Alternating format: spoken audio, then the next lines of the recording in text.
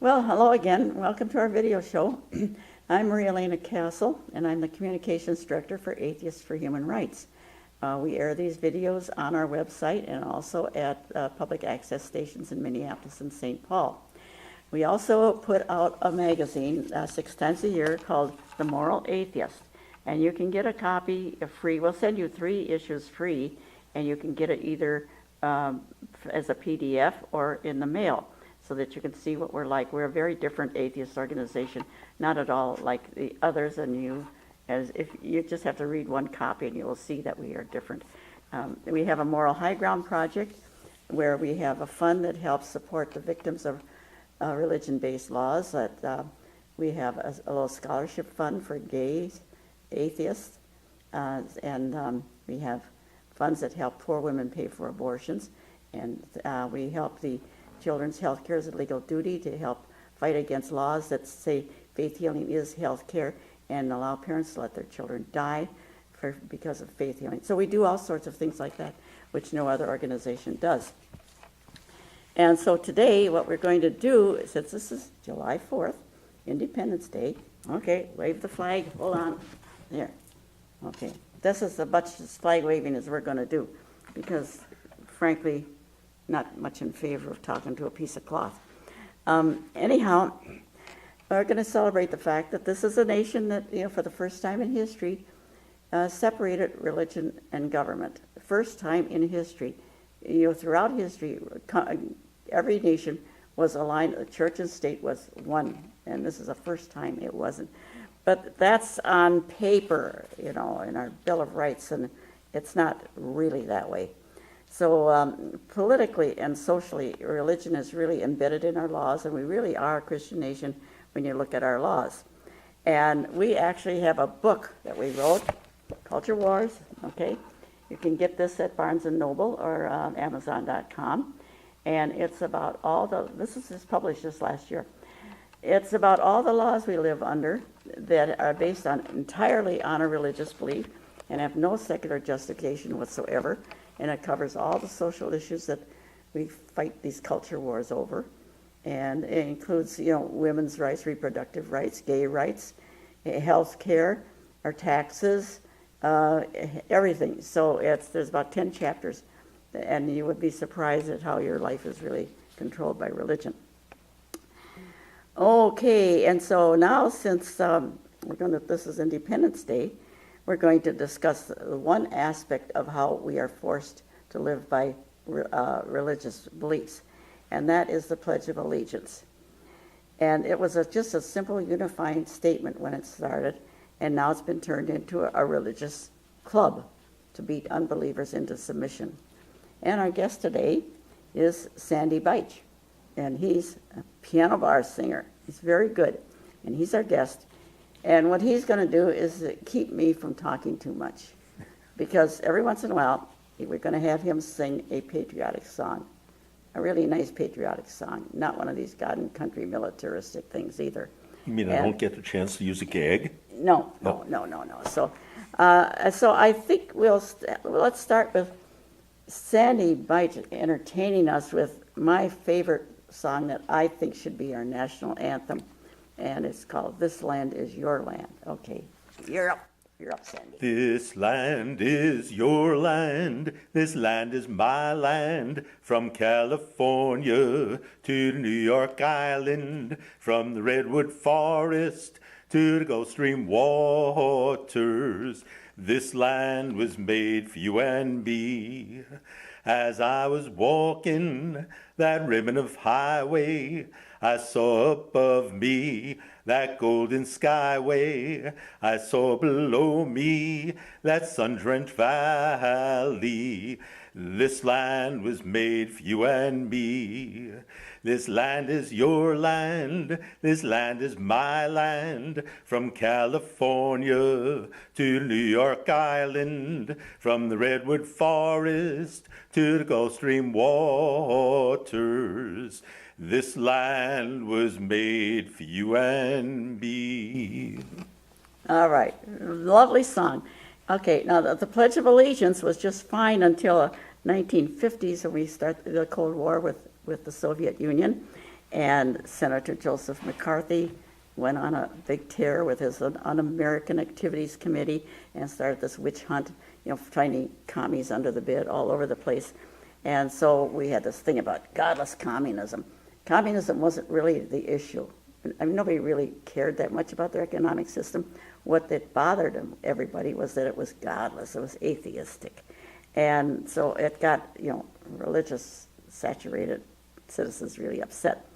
So in 1954, Congress contributed to this whole witch hunt fiasco by inserting under God in the Pledge of Allegiance. A few years ago, atheist Michael Newdow challenged this under God in the Pledge, and he took the case all the way to the United States Supreme Court. And of course he lost. Eventually he went through this because the court decided that, under God has nothing to do with religion. What is so? But anyhow, we supported Michael Newdow, and our organization, Atheists for Human Rights, actually submitted an amicus brief to the United States Supreme Court to support Michael Newdow in his fight. And so we documented all the ways, all the reasons why the under God in the Pledge was not just a simple pious statement. It was actually an attack on unbelievers. And that was all it was. I researced the congressional record, and it was just like hate atheists all over the place. And so I wrote that, and of course I had help. I'm a writer, but I'm not a lawyer. But I did have a really good pro bono lawyer, Gerald Gorski in California, who took care of the citations so that this was formatted exactly right. And okay, so I'm going to tell you what the Congress, the legislators were saying that put under God in the Pledge and why they were doing it. And you will not see any, let's just love God. It's always let's just hate our fellow human beings. So, but I'm going to have, before I read what they said, I'm going to have Sandy sing another song.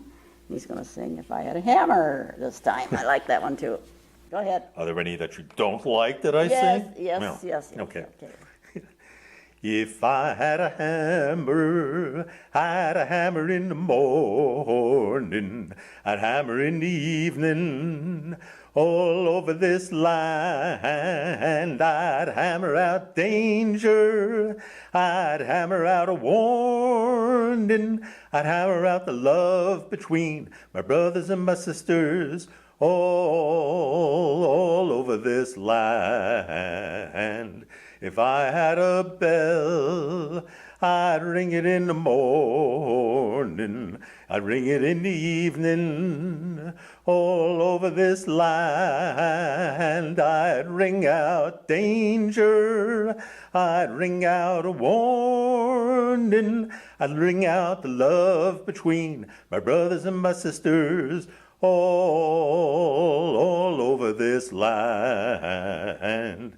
If I had a song, I'd sing it in the morning, I'd sing it in the evening, all over this land. I'd sing out danger, I'd sing out a warning, I'd sing out the love between my brothers and my sisters, all over this land.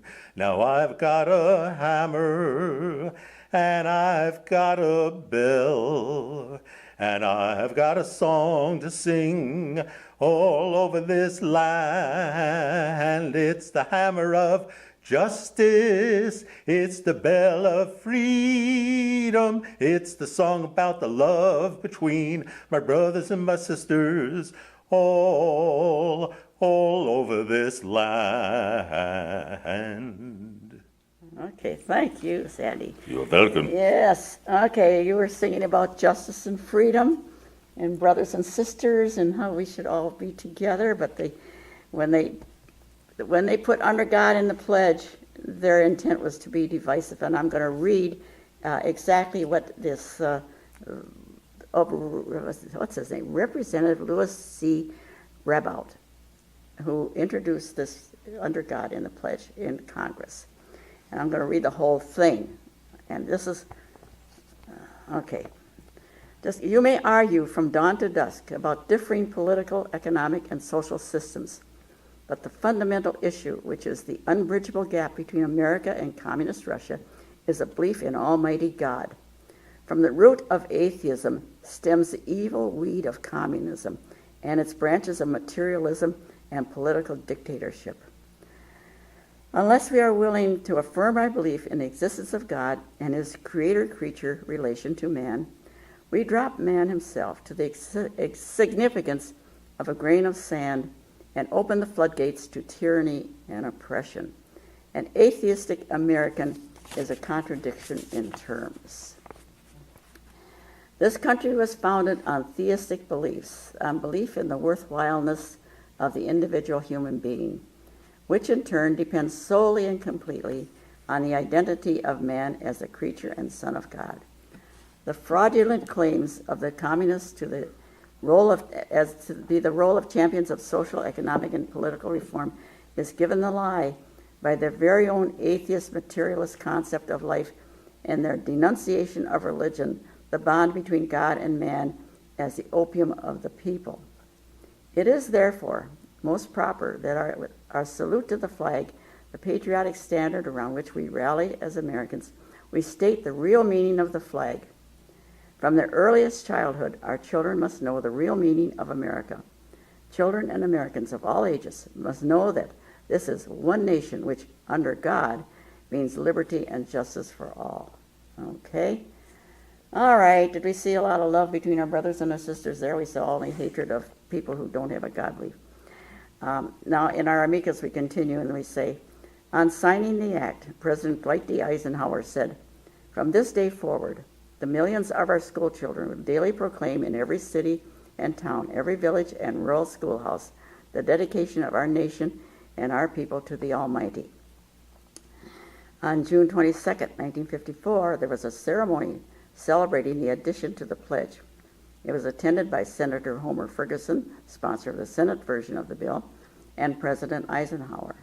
The Senate chaplain, Frederick Brown Harris, said, and I quote, the results of blasphemous denial of God on a tremendous scale already are being shudderingly shown by the baneful social pattern of atheistic materialism.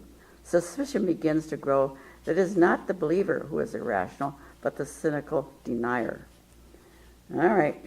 So it got worse. Following the addition to the pledge, Congress in 1956 changed our nation's motto. It was created by Benjamin Franklin. He changed it from E pluribus unum, which means from many, and out of many nations, one united people. They changed it to In God We Trust. Which God? Why? Who? What? Okay. It was a motto designed to bring. The motto that was designed to bring people together as one nation was replaced with one designed to divide and marginalize along religious lines. So what they were doing there in the 1950s and 60s was simply a hate crime. And it was telling everybody, you can't elect atheists to office. Everybody thinks that somehow you're immoral if you don't have a God belief. We get demonized constantly. How can you be moral if you don't believe in a God? All that. Well, let's talk about hate. You got another song called Tin Soldier. Which, Oh, yes. All this God and country stuff, they're always telling you have to go and fight and kill. All right, Tin Soldier, that's a good song. Listen, children, to a story that was written long ago about a kingdom on a mountain and a valley far below. On a mountain lay a treasure buried deep beneath the stone, and the people of the valley claimed it for their very own. Go ahead and hate your neighbor. Go ahead and cheat a friend. Do it in the name of heaven. You can justify it in the end. There won't be any trumpets blowing on that judgment day, on that bloody morning after. one tin soldier rides away. So the people of the valley sent a message up the hill, asking for the buried treasure, for the gold for which they'd kill. From the mountain came an answer, with our brothers we will share all the riches of our mountain, all the treasures buried there. Now the valley cried with anger, mount your horses, draw your swords, and they killed the mountain people till they won their just rewards. Now they stood beside the treasure on a mountain dark and red, turned a stone and looked beneath it. Peace on earth was all it said.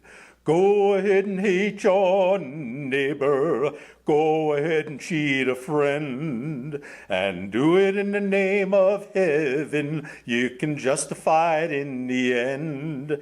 There won't be any trumpets blowing on that judgment day, on that bloody morning after. One tin soldier rides away. Okay.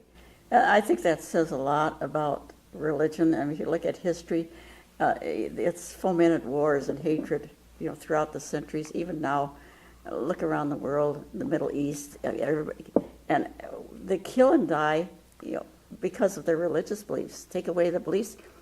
The Shiites and the Sunnis, how much difference is there? They're the same. A little different idea about Muhammad. So they talk about under God, and it's meaningless. Which God? They say, it means all gods. No, it doesn't, because in the first place, the God is capitalized, capital G-O-D. That makes it a proper noun. It's the name of a particular person, place, or thing. It means the Christian God. And so when you say under God in the pledge, you are not referring to Allah or Krishna, or I don't even think you're referring to Yahweh. It's certainly not Zeus or anybody else. It's the Christian God. So they force it on us. And if you, the kids can, if they don't want to say it, they can leave the room or they can be quiet. And you know how much social coercion plays a part in this. They feel intimidated. And so it gets that if you don't believe in a God, especially for kids, you're teased and bullied. When Michael Newdow was trying to get this thing through the Supreme Court, which he lost, all of Congress went out on the steps of the Capitol. Every single congressman, member, women, all of them, went out and recited the Pledge of Allegiance and shouted out under God to emphasize that that's what they were doing. If any one of them had dared to not do that, I mean, they would have never been elected to office again. They would have been accused of being against religion or something, when they were really in favor of including everybody in this country. So that's what we put up with. So this under God in the pledge was nothing but just a mean-spirited attack on decent citizens who did not happen to have these God beliefs. And it was really a bare desire to harm an unpopular group. One of the arguments we made in our amicus was that it was same as what Sandra Day O'Connor, and she was a Supreme Court justice and voted against these sodomy laws and to rescind them, because she said the sodomy laws were a bare desire to harm an unpopular group. And that's what under God in the pledge was, a bare desire to harm an unpopular group. So, I mean, I think any decent person would if they would not want to do that. All right, so how many, let's see, I think, I want to say some more things here, but I also want more time for Sandy to sing one more song. I'm going to let him sing one more song, and then maybe we can wind up. I'll rattle on a few other things. Actually, have you got about a minute for a comment on something you made there? You can comment all you please. Okay. With what you said before, with the Michael Newdow case and all of the people from Congress leaving and reciting the pledge, back in 1797, there was a treaty called the Treaty of Tripoli. And that was, part of what was said in that treaty was that the United States is not a Christian in no country. sense- In no, in no no sense- sense a Christian country. No sense founded on the Christian religion. Yes, and that was actually unanimously carried by all, I Yeah. believe at that time there were Yeah. 33 senators in presence. Every one of them agreed to that. Yes. Can you imagine that happening No. today? No, you cannot. Well, they were closer to their problems in Europe because when the United States was started, they wanted to avoid. They put the First Amendment, religion clauses in the Bill of Rights because they wanted to. They didn't want to repeat the experience they'd just recently come from in Europe, and they wanted to stop this endless bloody strife from being carried out in this country with religions fighting constantly over nothing. So they were hoping to stop. The First Amendment religion clauses are there to keep religions from killing each other. That is the purpose, to keep religions from killing each other. Unbelievers, we don't need anything. The atheists don't have wars with humanists or anything. We just, Use our moral well, compass. it doesn't even make any sense. In the first place, we don't have any dogma to fight over. A stupid dogma like transubstantiation or some odd stuff like that. Okay, before we run out of time, I want where have all the flowers gone? Where have all the flowers gone? Long time passing. Where have all the flowers gone?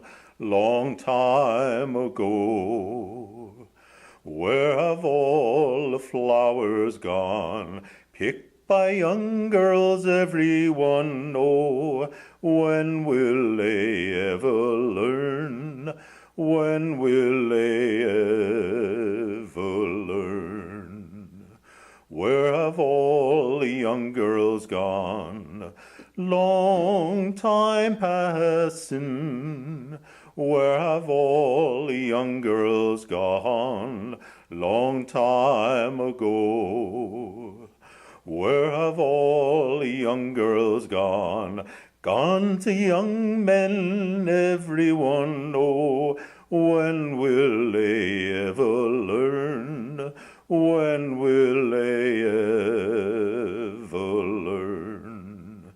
Where have all the young men gone? Long time passing. Where have all the young men gone? Long time ago. Where have all the young men gone? Gone to soldiers, every one. Oh, when will they ever learn?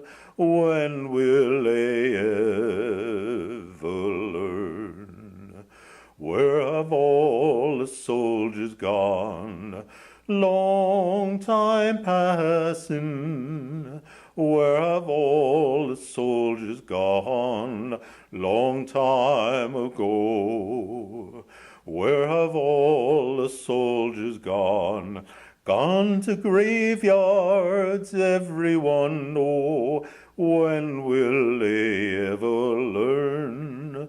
When will they ever learn? Where have all the graveyards gone?